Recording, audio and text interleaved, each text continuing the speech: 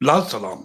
लाल सलाम को देखने, सुनने, समझने वाले इस जन आंदोलन में शामिल सभी साथियों को लाल सलाम। जैसा कि आप जानते हैं कि एक लंबे अरसे से हम हमारे समय के संकटों, चिंताओं और मुख्य मुद्दों पे बात करते आए हैं और हमने फांसीवाद के गहराते संकट को लेकर कई कई कोणों से बात की है। अब फांसीवाद का संकट का एक और रूप इस देश की मेहनतकश जनता पे हमले के रूप में आया है। केंद्र सरकार ने 4 श्रमिक संहिताएं जो लागू की हैं, वो क्यों घातक हैं? इसका देश के मेहनतकश जनता पे क्या दुष्प्रभाव, दुष्परिणाम होने जा रहे हैं? इसको लेके 26 नवंबर को संविधान दिवस पे सारे देश के श्रमिक संगठनों और किसान संगठनों ने प्रदर्शन किया। लेकिन इस पे एक वैचारिक मुद्दे पे वैचारिक विमर्श करने के लिए आज हमारे साथ फिर एक बार देश के प्रख्यात मार्क्सवादी चिंतक, वरिष्ठ श्रमिक नेता, वरिष्ठ कम्युनिस्ट नेता कॉमरेड अजीत कुमार जैन जी हमारे साथ हैं। तो कॉमरेड जैन साहब, इस कार्यक्रम में आपका स्वागत है। आपको लाल सलाम जी।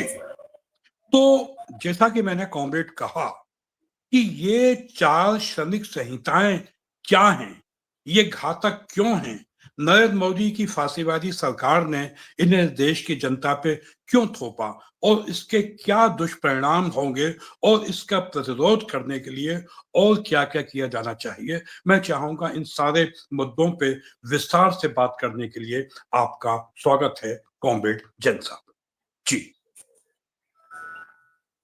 लाल सलाम कार्यक्रम के आयोजक और सभी श्रोताओं को लाल सलाम। जी कॉमरेड लाल सलाम। ये दिल्ली में बैठी मौजूदा भारतीय जनता पार्टी राष्ट्रीय स्वयंसेवक गठजोड़ की नरेंद्र मोदी के नेतृत्व वाली सरकार का जो राजनीतिक चित्रांकन है, ये सरकार एक तानाशाहीपूर्ण, प्रतिक्रियावादी तथा फासिस्टवाद के रास्ते पे चलने वाली सरकार है।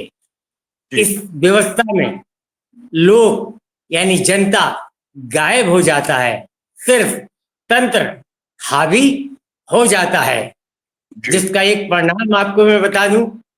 सन 2000 की अवधि में देश के चंद कारपोरेट्स को भूस्वामी बनाने के लिए 4 श्रम कानून लाए गए थे, जिसके खिलाफ इस देश के लाखों किसानों ने 2 साल तक दिल्ली की सरहद पर जबरदस्त आंदोलन किए थे, जिसमें 700 से ज्यादा किसानों की मृत्यु हुई थी।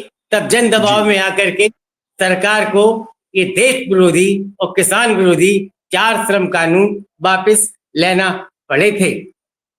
अब इसी अवधि में 2019-20 की अवधि में सरकार ने 4 श्रम कोड लागू कर दिए हैं। इसकी भी पृष्ठभूमि ये है, कानून बनाने का काम संसद का क्षेत्राधिकार है, लेकिन अंदर छुपा हुआ रहस्य है कि एक कानून पेश करने के 24 घंटे पहले लोकसभा अध्यक्ष को हाथ में लेकर के 150 विपक्षी सांसदों को संसद से निलंबित कर दिया और केवल 70 दल के सांसद ही मौजूद थे, जिन्हें भी इसकी कोर्ट्स की प्रतियां दिए बगैर केवल ओरल मार्गदर्शन देकर के ओरली इसको मंजूर करा लिया गया। इस संसद को सबोटेज किया गया और देश को सबोटेज किया गया और जनता को धोखा दिया गया। इस देश की 90% आबादी श्रमिक है। श्रमिक जनता का रिप्रेजेंट करने वाले 10 केंद्रीय श्रम संगठन है, जिसमें महत्वपूर्ण एटक है। बार बार सरकार से आग्रह करने के बावजूद सरकार ने द्विपक्षीय चर्चा नहीं की, कई आंदोलन किए, राष्ट्रव्यापी हड़तालें की। इसके बाद सरकार की तरफ से पत्र आता है कि आप अपने सुझाव भेज दीजिएगा। यानी जिस तरीके से सुप्रीम कोर्ट का जज कहता है कि आप अपनी लिखित आर्गुमेंट दे दो, फैसला हम करेंगे। ये अदालत का मामला नहीं है। प्रजातंत्र में to the people, for the people, with the people, ये प्रजातंत्र की डेफिनेशन है। लेकिन ये सरकार तानाशाही के रास्ते पे चल रही है, तो श्रमिक संगठनों से कोई चर्चा किए बगैर बलात् 2019 और 2020 में इनने ये 4 श्रम कोड पारित कर लिए, लेकिन 20 में इनने पारित कर लिए थे, ये लागू नहीं कर सके। क्यों? जन असंतोष इतना तीव्र था, आंदोलन इतने तीव्र थे, इनको डर लग रहा था कि 24 के चुनाव में इनकी पराजय सुनिश्चित हो जाएगी लोकसभा चुनाव में, इसलिए इनने इसको ठंडे बस्ते में डाल के रखा। लेकिन अभी हाल में बिहार विधानसभा के जो चुनाव हुए उसमें SIR से वोट चोरी और मतदाताओं को 10-10 हजार रुपए की एक चुनावी रिश्वत दे करके जो प्रचंड बहुमत इन्होंने हासिल किया है, इससे उत्साहित होकर के इन्होंने इन 4 कोड तत्काल प्रभाव से लागू कर दिए। उनको अभी हिम्मत आ गई है, जनता की इच्छाओं की, हित की, सुरक्षा की, जीवन की कोई परवाह नहीं, केवल रिश्वत से ही चुनाव जीतने की एक नई चुनाव विधि भारतीय जनता पार्टी ने, जो फासिस्ट चुनाव विधि है, उसको अपना करके ये उन्माद में लगे हुए हैं। मैं आपको यहाँ ख्याल कराना चाहता हूँ, ये 4 श्रम कोड का नोटिफिकेशन 21 नवंबर 2025 को किया गया। इसके पहले भारत सरकार ने 8 अक्टूबर 25 को श्रम शक्ति नीति का एक दस्तावेज घोषणा जारी किया, जिसमें पूरा मनोवादी सोच और पूंजीवादी गुलामी का दस्तावेज है। हमने ये कहा कि सरकार प्रतिक्रियावादी है, ऐसा क्यों कहा? इतिहास आगे बढ़ने को होता है, समाज विकास आगे जाने को होता है, सुधार अच्छे मौजूदा से बेहतर स्थितियां और जीवन को सुधार करते हैं। लेकिन ये प्रतिक्रियावादी सरकार है, ये 21वीं सदी में देश की जनता को, देश के मजदूर को, देश के तमाम उनके जो कर्मचारी हित हैं, श्रमिक लाभ हैं, सामाजिक सुरक्षा है, उसको 19वीं सदी में ले जाना चाह रहे हैं। और 19वीं सदी में केवल चंद भूमिशाह हुआ करते थे, भूपति हुआ करते थे, और चंद पूंजीपति, कोई संविधान, कोई लोकतंत्र नहीं होता था। तब केवल उनके ही हुक्म कानून होते थे और उनके ही आदेश न्यायालय होते थे। आम जनता, 90% जनता बंधुआ मजदूर का जीवन व्यतीत करती थी। ये थी 19वीं सदी की सामाजिक व्यवस्था। और ये नरेंद्र मोदी के नेतृत्व वाली सरकार आज हिंदुस्तान को, जो हम कहते हैं प्रतिक्रियावादी है, ये हिंदुस्तान को 21वीं सदी से 20वीं सदी में ढकेलने का काम करने जा रही है। यहाँ एक चीज को क्लैरिफाई करना जरूरी है। एटक 1920 में बना जी, एटक 1920 में बनते ही देश में जबरदस्त आंदोलन करके ट्रेड यूनियन एक्ट 1926 सबसे पहले बना, पेमेंट ऑफ वेजेज एक्ट 1936, न्यूनतम वेतन अधिनियम 1948, औद्योगिक विवाद अधिनियम 1948, ये बने। हमने अंग्रेजों से लड़के 100 साल लड़के, 100 साल लड़के, कुर्बानी दे के सहारों लोग, सैकड़ों मजदूरों ने शहादत दे करके जो कानून हासिल किए थे, इस सरकार 100 साल की शहादत को नजरअंदाज करके जो लाभ हासिल किए हैं, उसको सब पे बुलडोजर चलाकर ये कोड कर रही है। ये सवाल है, अब तक इन सारे जितने भी 29 श्रम कानून हैं, उनका नाम है कानून, एक्ट। एक्ट संविधान का चोरी दामन का रिश्ता है। अब ध्यान देने की बात है तमाम श्रोताओं को, ये जो 4 श्रम संहिताएं लाई हैं, इसमें से कानून शब्द, एक्ट शब्द डिलीट कर दिया गया है और इसकी जगह नाम रखा गया संहिताएं। संहिताएं होती हैं प्रचलित या थोपी गई धारणाओं का गुच्छा। बोलचाल की भाषा में कहें, कभी कभी जो द्विपक्षीय समझौते होते हैं उसकी कानून में और न्यायालय में कोई मान्यता नहीं होती, लेकिन जो कानून होता है, क्योंकि वो कानून संविधान का अविभाज्य अंग होता है, यदि सरकार या नियोजक कोई उसका वायलेशन करता है तो पीड़ित पक्ष न्यायालय की शरण में जा सकता है और न्याय मांग सकता है। और जो कानून है उसके अंदर कोई विसंगतियां हैं तो उसकी कानूनी वैधता को न्यायालय में चुनौती दी जा सकती है और न्यायालय कहेगा भले ये कानून तुमने बनाया है, बहुमत से बनाया है, लेकिन ये अवैधानिक है, इसको दुरुस्त करो, उसको अमान्य कर सकता है। इस तरीके से पहली बार 21वीं सदी में नरेंद्र मोदी की सरकार देश के 90% जनता जो मेहनत कर जनता है उसको कानून के दायरे से बाहर ढकेल के सहायताओं में इनको डाल दिया गया है, जो फैली शाहों की इच्छाओं के ऊपर तब चलेगी। ये बहुत खूबसूरती से कह रही है जी कि बड़ा विकास कर दिया, सुधार सिविल सर्विस रूल्स में जी सेवा के 3 नाम दिए हैं, permanent service, permanent, quasi permanent और टेम्परेरी। जी अभी जो 4 श्रम संहिताएं आई हैं इसमें ढूंढने से भी आपको स्थायी सेवा, परमानेंट सेवा ढूंढने से नहीं मिलेगा। इनकी जगह स्थापित किया गया है प्लेसमेंट, जी आउटसोर्स, ठेका करना और सबसे खतरनाक शब्द फिक्स्ड टर्म एम्प्लॉयमेंट, हिंदी में कहेंगे समयबद्ध नियोजन। ये 4 शब्द स्थापित किए हैं, यानी पुलिस परमानेंट, फौज परमानेंट, सरकार परमानेंट और 90% मेहनत करने वाली जनता अस्थायी रहेगी। ये कहने में बहुत खूबसूरती लगती है। हम एक चीज को और क्लियर कर दें, ठेका श्रमिक अधिनियम 1970 बना हुआ है जी इसमें एक जेन्युइन प्रावधान रखा गया है जी क्या होगा, आउटसोर्स होगा, लेकिन किसका ठेकेदार होगा? सरकारी विभाग का, सेठ का।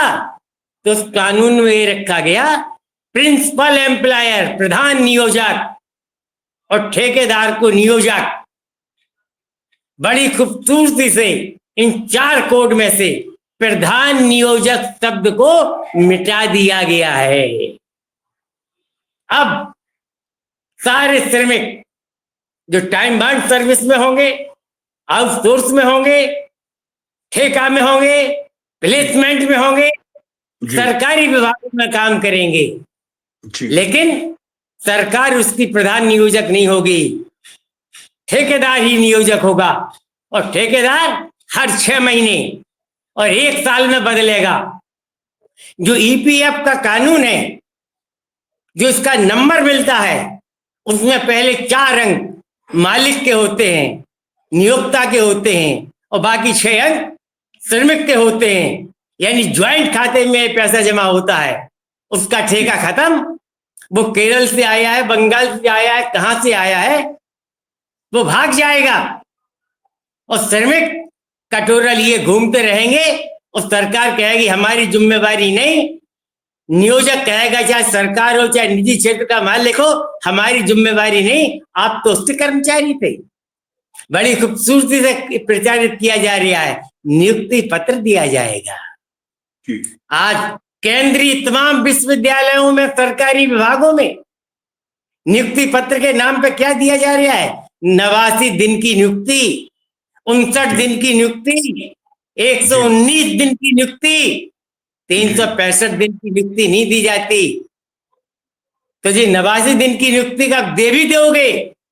जी कानून क्या कहता है कि जिसने साल में 240 दिन निरंतर सेवा की है, ही इज वर्कमैन। जिसने 240 दिन लगातार सेवा की है, ही इज एम्प्लॉइज। और सारे कानूनी लाभ उस एम्प्लॉइज को मिलेंगे, ये 89 दिन वाले को नहीं मिलेंगे। ये नरेंद्र मोदी एक लुभावनी भाषा बोल के, सार में मैं ये कहूंगा कि 4 श्रम कोड में नरेंद्र मोदी देश की 90% मेहनत कर जनता, असंगठित क्षेत्र की जनता को एक जहर को चाशनी में लपेट करके उसको पिला रहे हैं, उसको खुनखुना दे रहे हैं। ये श्रम सुधार नहीं, ये श्रम तनहार है। एक नया शब्द इन्होंने कहा है, समावेशी विकास। मैं कहता हूं ये विकास नहीं, ये विनाश है। हम 21वीं सदी में हैं। तमाम करोड़ों लोग हर राज्य में और केंद्र सरकार से लड़ रहे हैं कि तमाम आउटसोर्स एम्प्लॉइज को, प्लेसमेंट के लोगों को इनके लिए स्थायी किया जाए। 2007 में जस्टिस बोर्ड में जो सुप्रीम कोर्ट के चीफ जस्टिस थे, 9 जजों की बेंच ने सर्वसम्मत जजमेंट दिया है, जिसमें उन्होंने कहा था प्लेसमेंट में, आउटसोर्स में, ठेकाकरण में कोई मजदूर अपनी इच्छा से नहीं जाता। भूख उनको मजबूर करती है कि उनकी शर्तों के ऊपर जाकर के वो अपॉइंटमेंट लेता है। लेकिन आजाद भारत में, एक धर्मनिरपेक्ष भारत में, जिस भारत के संविधान में समाजवाद शब्द लक्षित है, जिस संविधान में सामाजिक न्याय के लिए और समानता के लिए प्रमुखता दी गई है, उस भारत में स्थायी सेवा के अलावा, सुप्रीम कोर्ट के 9 जजों की बेंच के फैसले के अलावा, ये दुर्भाग्य है कि ठेकाकरण, अस्थायीकरण, उनको तमाम अधिकारों से वंचित किया जा रहा है। एक खूबसूरती से कहा जा रहा है कि 1 साल की सेवा के बाद ग्रेच्युटी दी जाएगी। अरे भाई, 1 साल की सेवा के बाद पीएफ, मैं ख्याल कराना चाहता हूं, इस देश में 14 करोड़ जो घर खाता बिड़ी मजदूर हैं, उनको आज की तारीख में हर दिन पीएफ का हिस्सा मिलता है। हर दिन पीएफ का हिस्सा मिलता है 1000 बीड़ी की मजदूरी में जोड़ करके।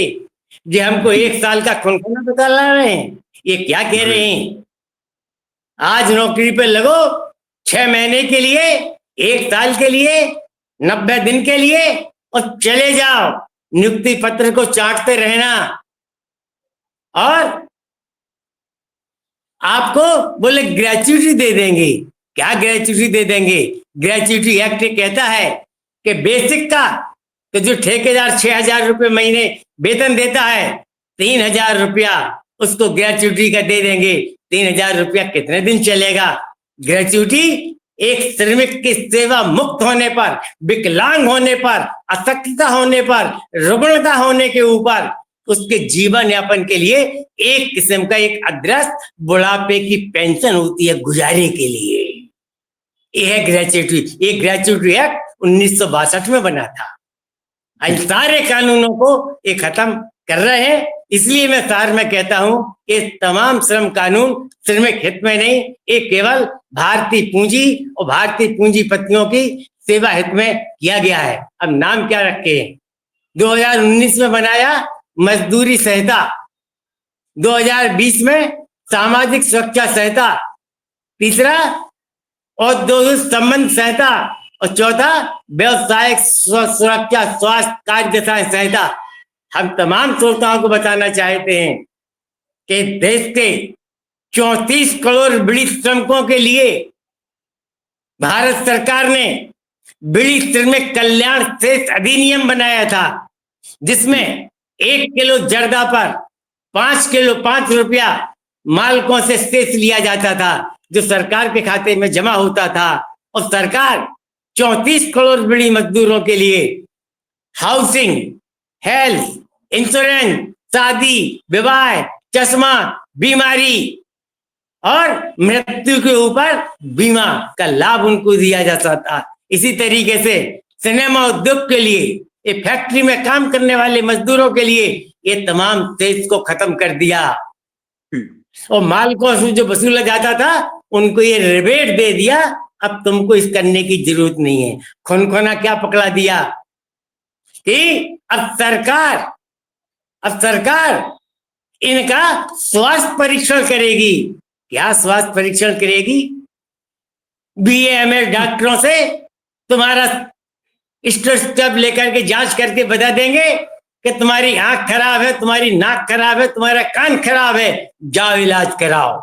इलाज की बात नहीं कर रहे निशुल्क, जांच की बात कर रहे हैं, जांच की बात कर रहे हैं। ऐसा खुनखुना। इसीलिए मैंने कहा ये तमाम जहर है जो चाशनी में लपेट के हिंदुस्तान की जो कम पढ़ी लिखी और चेतनशील अवस्था जिनकी बहुत कमजोर है, उस श्रमिक समुदाय को भरमाया जा रहा है। मैं तमाम मेहनत कशों से कहना चाहता हूं कान खोलिए, आंखें खोलिए, बुद्धि पर वजन डालिए और देखिए इस सरकार आपको क्या कर रही है। इस सरकार क्या करने जा रही है, जो मैंने कहा 19वीं सदी में क्या अधिकार मिलेगा मजदूर को, जी क्या सेवा सुरक्षा होगी, क्या ओवर टाइम मिलेगा।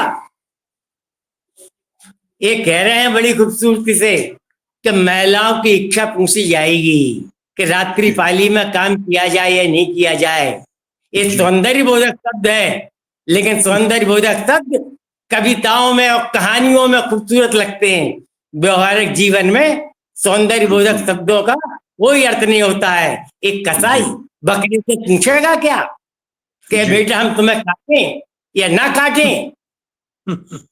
एक करोड़पति मालिक नियोजक महिला से पूछेगा, इजाजत लेगा कि आपको रात में आना है कि नहीं आना है, आदेश देगा।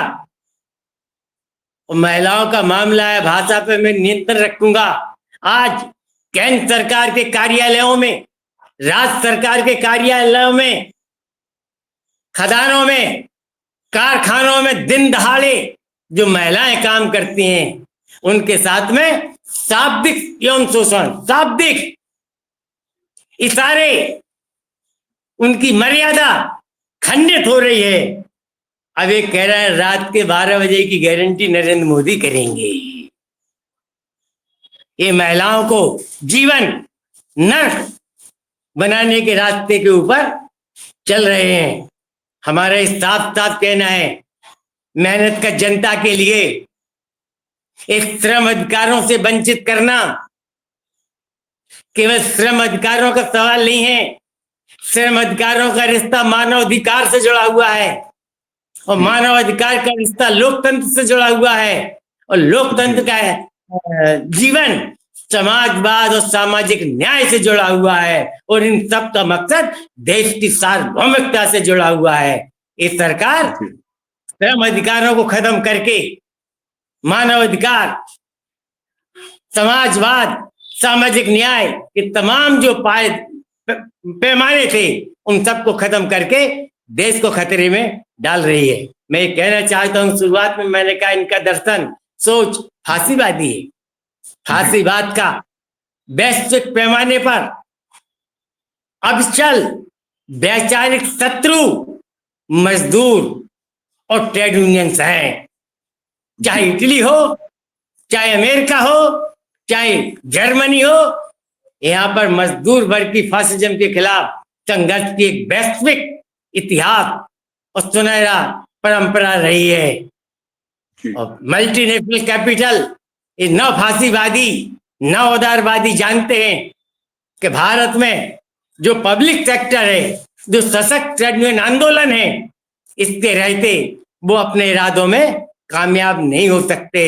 तो जिस तरीके से अडानी अंबानी ने किसान कानूनों का प्रारूप बना करके सरकार को दिया था, इनने अंगूठा लगाकर उसको कानून बना दिया था, उसी तरीके से एक वैश्विक कारपोरेट और देसी कारपोरेट ने और पूंजी शाहों ने मिलके इस श्रम कानून का मसौदा बना करके सरकार को दिया।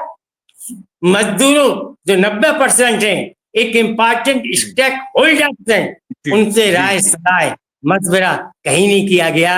ये तमाम मेहनत का जनता को 19वीं सदी में भेज करके उसको बंधुआ मजदूर बनाना चाहते हैं। संविधान में बंधुआ मजदूर एक अपराध है। इमरजेंसी के दौर में भारत सरकार ने एक कानून बनाया था, बंधक श्रमिक उन्मूलन अधिनियम 1976।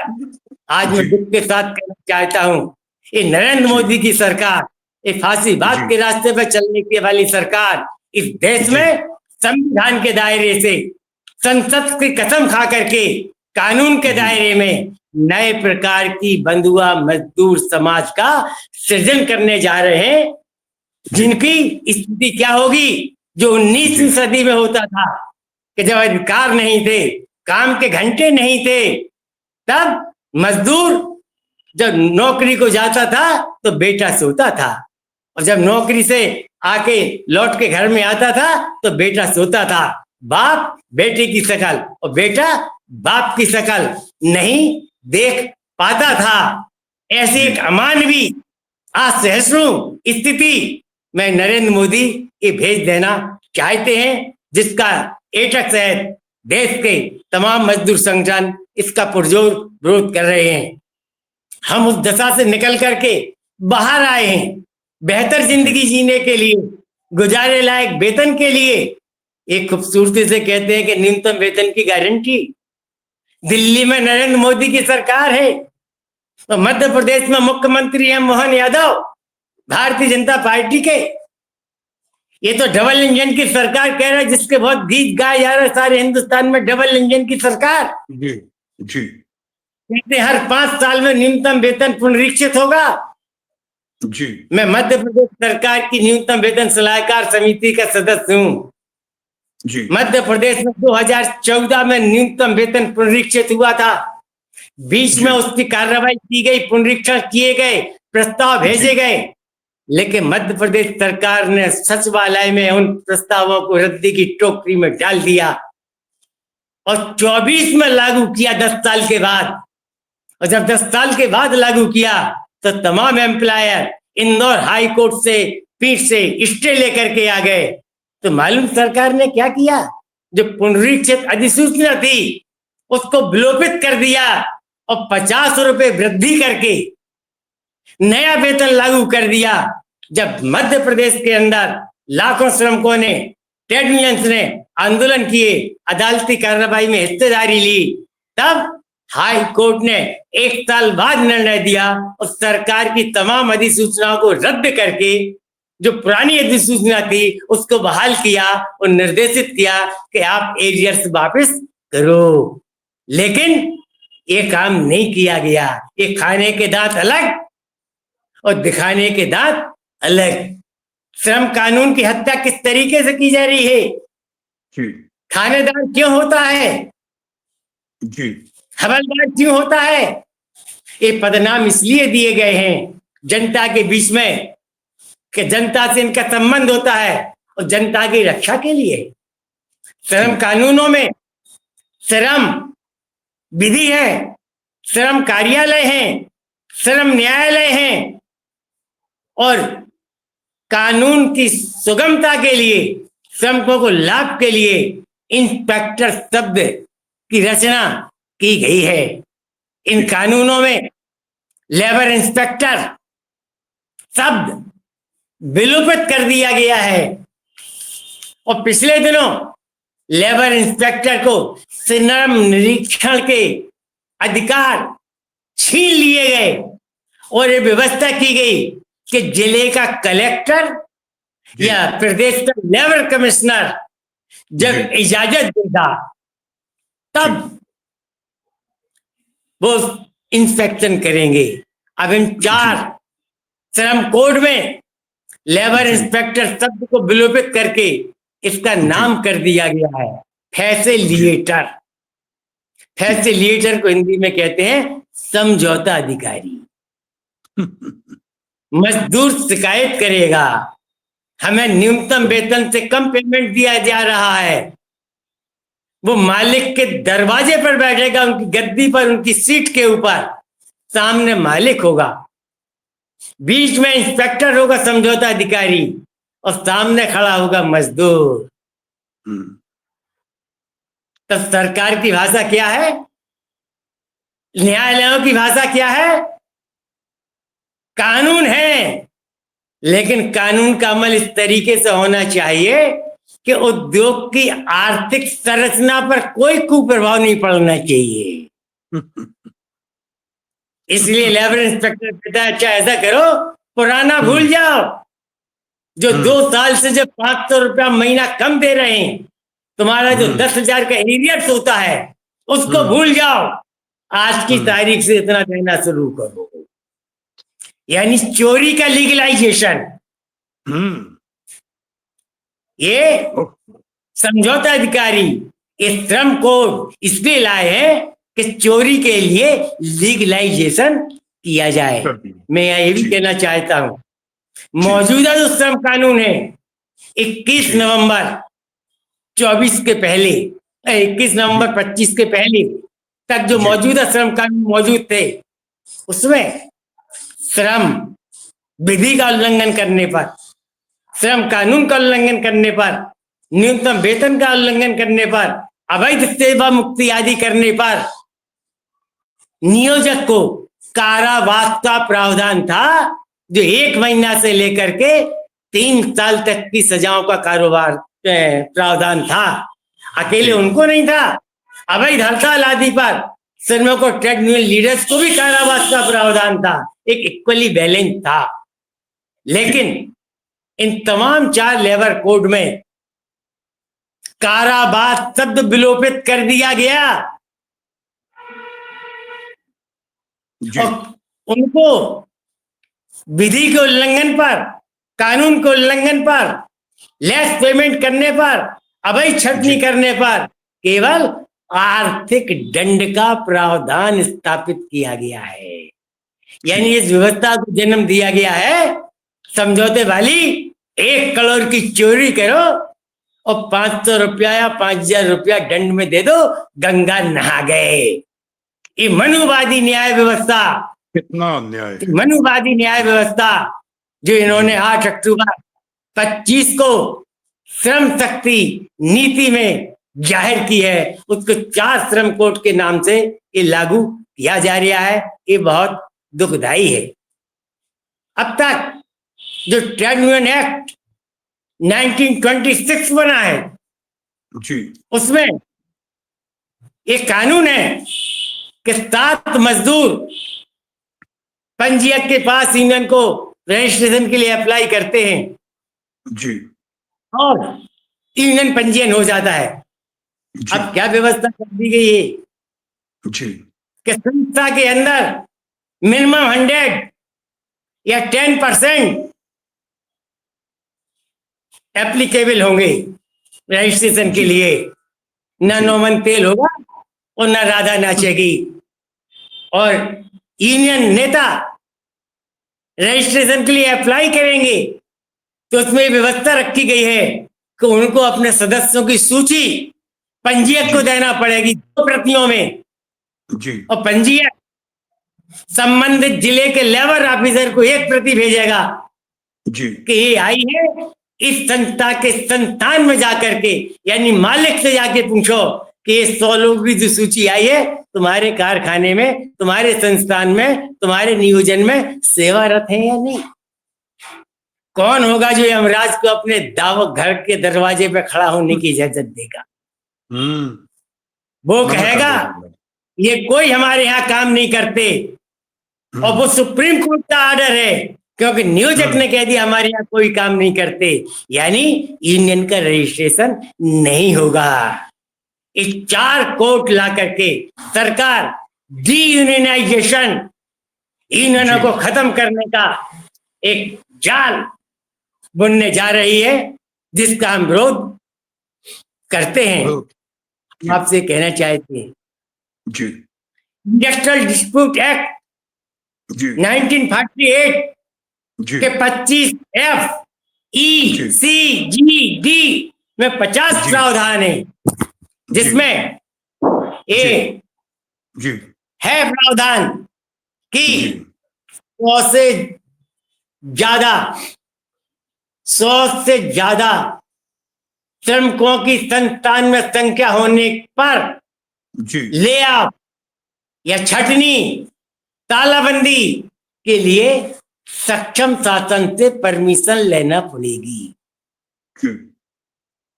अब इन 4 लेबर कोड में सरकार ने इस संख्या को बढ़ा के कर दिया है 300।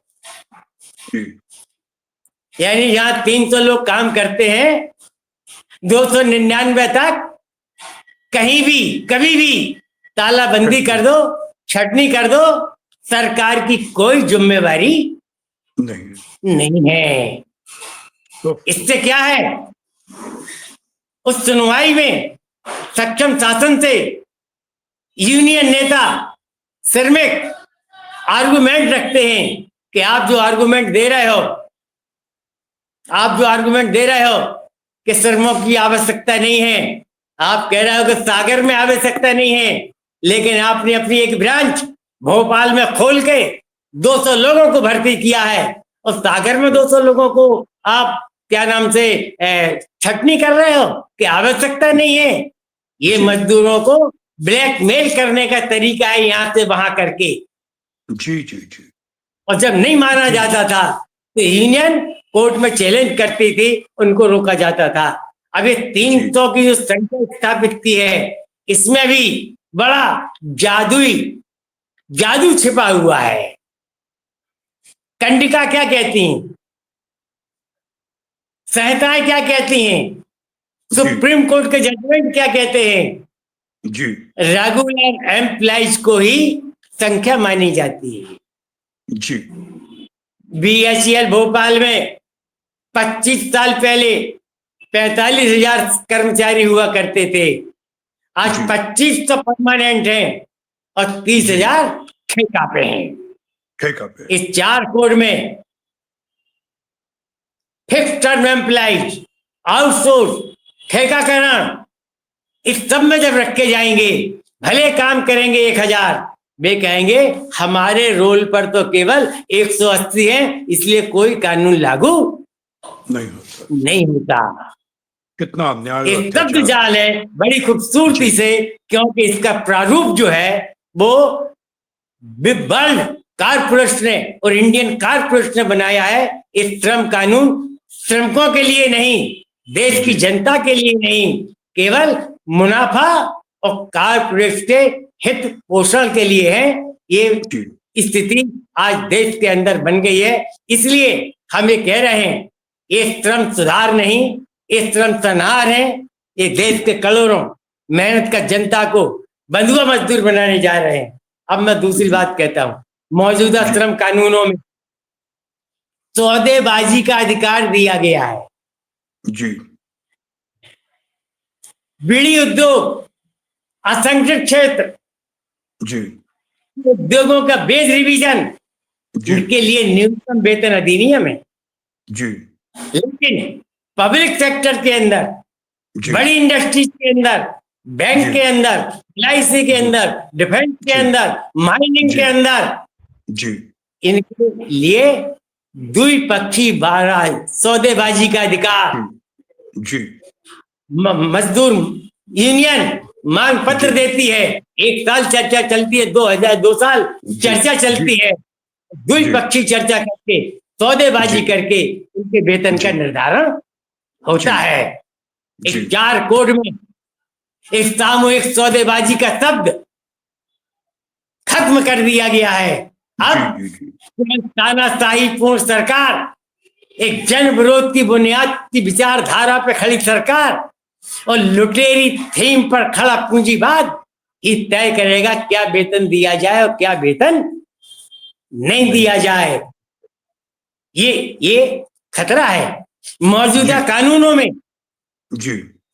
ये दिया है, वर्कर्स पार्टिसिपेंट इन मैनेजमेंट, प्रबंधन में भागीदारी होगी, श्रमिक की भागीदारी। 8 उनके बोर्ड ऑफ डायरेक्टर्स हैं। 1 डायरेक्टर सेवा पक्ष का होगा। कुछ अंदर का रस निकालेंगे, कुछ डर पैदा करेंगे, नीति को उनका प्रभावित नहीं कर सकते, निर्णय को प्रभावित नहीं कर सकते, लेकिन उनकी चोरी को पकड़ के जनता के बीच में, अदालत के सामने और समाज के सामने और सरकार के सामने तो ला सकते हैं कि ये है चोरी के दरवाजे। इसलिए बड़ी खूबसूरती से मौजूदा कानून में वर्कर्स पार्टिसिपेंट इन मैनेजमेंट, इस क्लास को समाप्त कर दिया गया है। हम सार में कहना चाहते हैं कि ये नियोजकों को, उद्योगपतियों को खुली लूट का, खुली चोरी करने का एक कानूनी लाइसेंस सरकार ने 4 श्रम कोड में दिया है और संविधान में इसकी कोई इजाजत नहीं है। हम आपसे कहना चाहते हैं कि संविधान में संघ बनाना मौलिक अधिकार है, लेकिन आज उसके ऊपर भी हथौड़ा चलाया जा रहा है और कुल मिलाकर स्थिति जो है, जब जी कानूनों का जाल बना है। हाँ, एक बात मैं कहना जी चाहता हूँ, जी जी चुनौती के साथ मैं कहता हूँ, जी ये कह रहे हैं कि हमने श्रम सुधार किए हैं जी इस देश की किस यूनियन ने? मैं जी ये कहता हूं कि आरएसएस की कोख से पैदा हुआ उनका आनुषंगिक संगठन, क्या जी भारतीय मजदूर संघ ने भी ये मांग की थी कि श्रम सुधार किए जाए? जो जी इस देश के क्रांतिकारी ट्रेड यूनियन है, एटक, इंटक, सीटू, जी एचएमएस, इनको तो छोड़ दो। एक यूनियन ने मांग की है क्या? जी ये जब मजदूरों मांग की नहीं मांग थी तो नहीं क्यों है, करता? सही बात है। लेकिन ये बिल्कुल। मांग है जी मल्टीनेशनल कॉर्पोरेट्स की। ये जी मांग है भारतीय फैलिस्ताओं की, जिनने जी कहा है। मैं आपसे कहना चाहता हूं, 2 साल पहले जब नरेंद्र मोदी चीन गए थे, जी चीन से लौटकर हिंदुस्तान आए थे, तब जी उन्होंने एक वैश्विक कारपोरेट के सम्मेलन में भाषण दिया था, जी जिसमें एक शब्द उन्होंने कहा था, अपील की थी सारी दुनिया के कारपोरेट से कि आप अपनी जी पूंजी लेकर के आओ हिंदुस्तान जी में। ध्यान दीजिएगा, हिंदुस्तान में हम्म, सस्ता श्रम उपलब्ध है जो हम आपको मुहैया कराएंगे। कराएंगे। जी जी चीन में सस्ता श्रम नहीं है, जी अमेरिका में नहीं है, इसलिए करोड़ों भारतीय जाके वहां नौकरी करते हैं।